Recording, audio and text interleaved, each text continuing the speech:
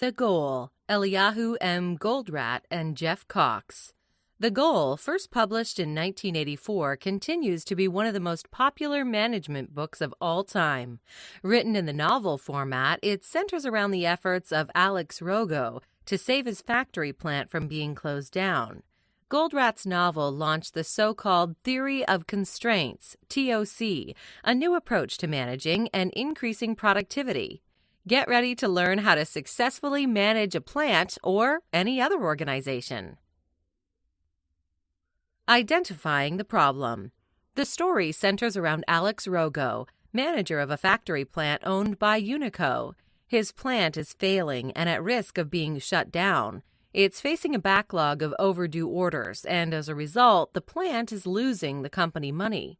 Rogo is also struggling in his private life, since he keeps working long hours to try and fix the problems at the plant.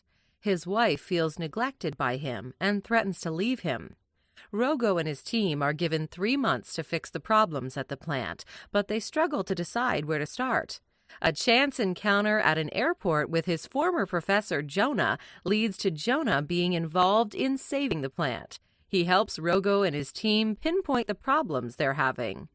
Everyone at the plant gets involved in reorganizing the way in which it is run, and eventually Rogo manages to make it the most productive plant at UniCo. He eventually gets promoted to division manager and also reconciles with his wife. Many plants or organizations have a hidden capacity because of incorrect thinking. Contrary to popular belief, having everyone work at all times does not increase productivity or efficiency. Instead, production processes should be focused on bottlenecks, which means balancing the flow of the product through the factory to meet market demand, instead of balancing capacity with demand. And instead of sacrificing present money for future money, it is better to focus on present profits. Identifying the bottlenecks. The first step to improving productivity is to find the bottlenecks. Where does the process get held up? What's the weakest link in the chain? Every plant has 2 types of resources, bottlenecks and non-bottlenecks.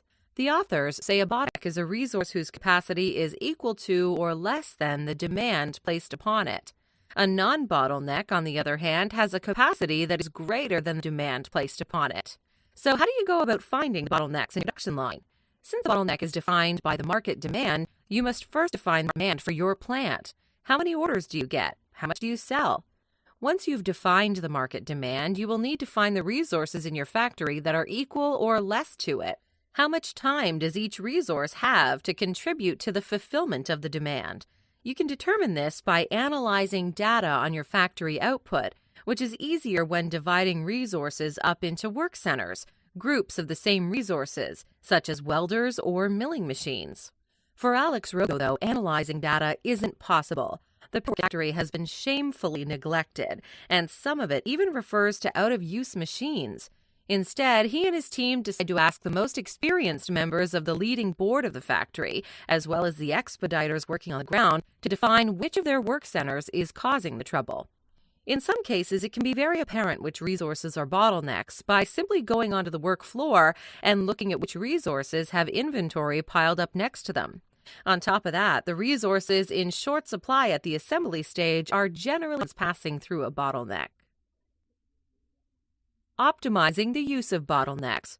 The capacity of a plant is equal to that of the bottleneck. The bottleneck defines the end of your factory, since the factory can only produce as much as the bottleneck can process. Therefore, the bottleneck should define your production processes. On the flip side, when a bottleneck is not working for a period of time, there are dire outcomes for the entire productivity of the plant.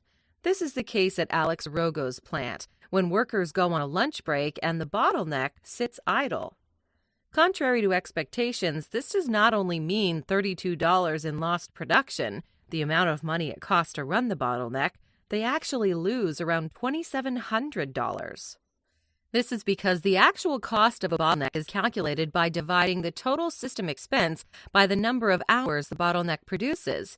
If a bottleneck does not process the needed parts, it is impossible to assemble the finished product, and a backlog is created, which in the long run means losing money. It is obviously essential to optimize the efficiency of bottlenecks. A bottleneck's time should never be wasted. It should never sit idle and never work on parts that are not immediately needed for production.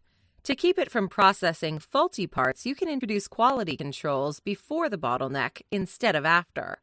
The bottleneck should always be used for work needed for immediate throughput, not for future money. Utilizing your resources. If the production process of a plant is not adjusted to the bottleneck, excess inventory is created. Non-bottlenecks feed parts to the bottlenecks. But since non-bottlenecks by definition have excess capacity, and the aim of production is to keep every resource working to its full capacity, there will always be more parts than the bottleneck can process. These parts will pile up in front of the bottleneck. For example, a bottleneck may need 600 hours to fulfill market demand in a month, while a non-bottleneck may only need 450 hours. But remember, non-bottlenecks do not define throughput, so feeding parts to non-bottlenecks simply to keep it going will decrease productivity of the plant in the long run.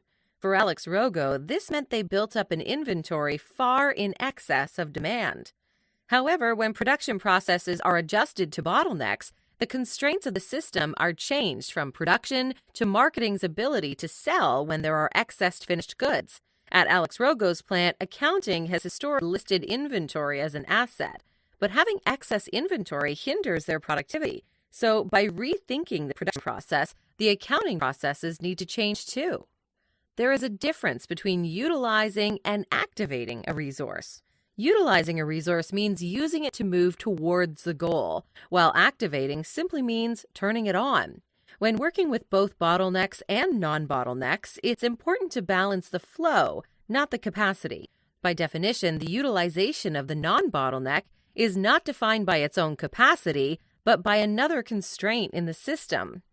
Measuring the productivity of a plant according to how many hours have been worked is meaningless. The numbers need to be based on the constraints of the system. You will also need to decrease lead times and make sure that orders are worked on in relation to their due date, not in relation to whoever has submitted them. Improving continuously. Most plants operate on the wrong assumption that capacity and demand need to be balanced first, and then the flow somehow has to be maintained. As the discussion of non-bottlenecks has shown, demand and flow need to be in balance. Keeping every worker at work all the time can actually decrease overall productivity.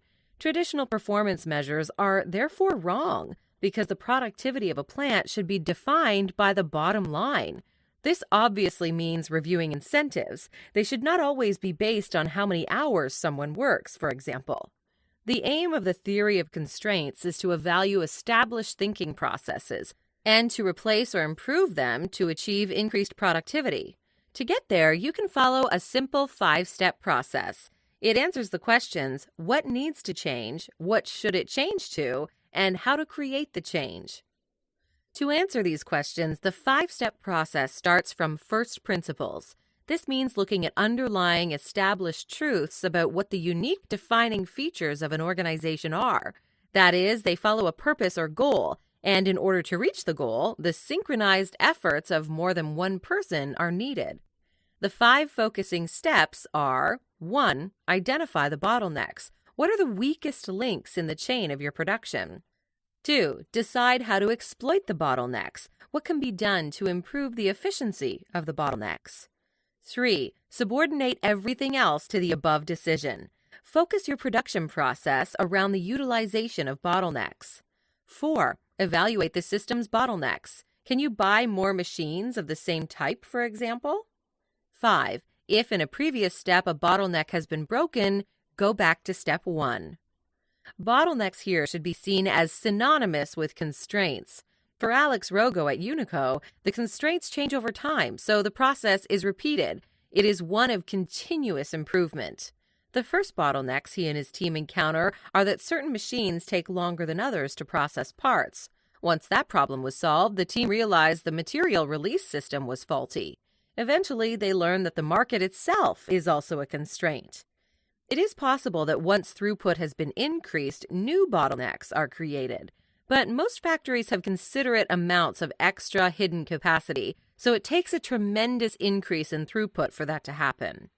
The theory of constraints is about learning and internalizing these thinking processes.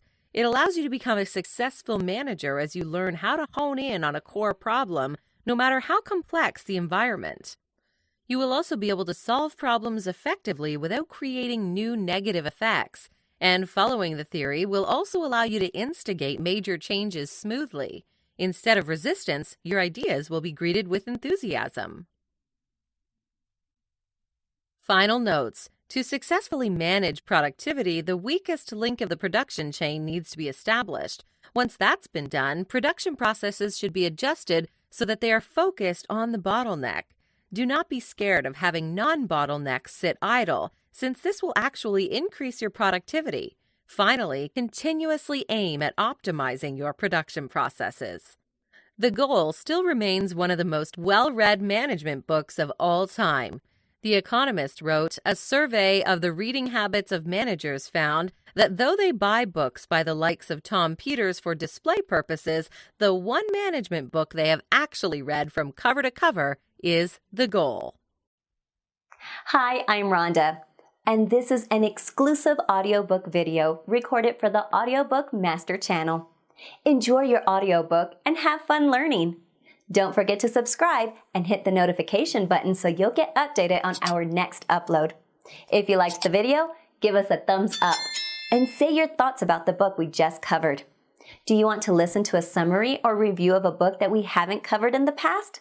Say it in the comments below or send us a message. Don't forget to check our other uploads. Enjoy listening!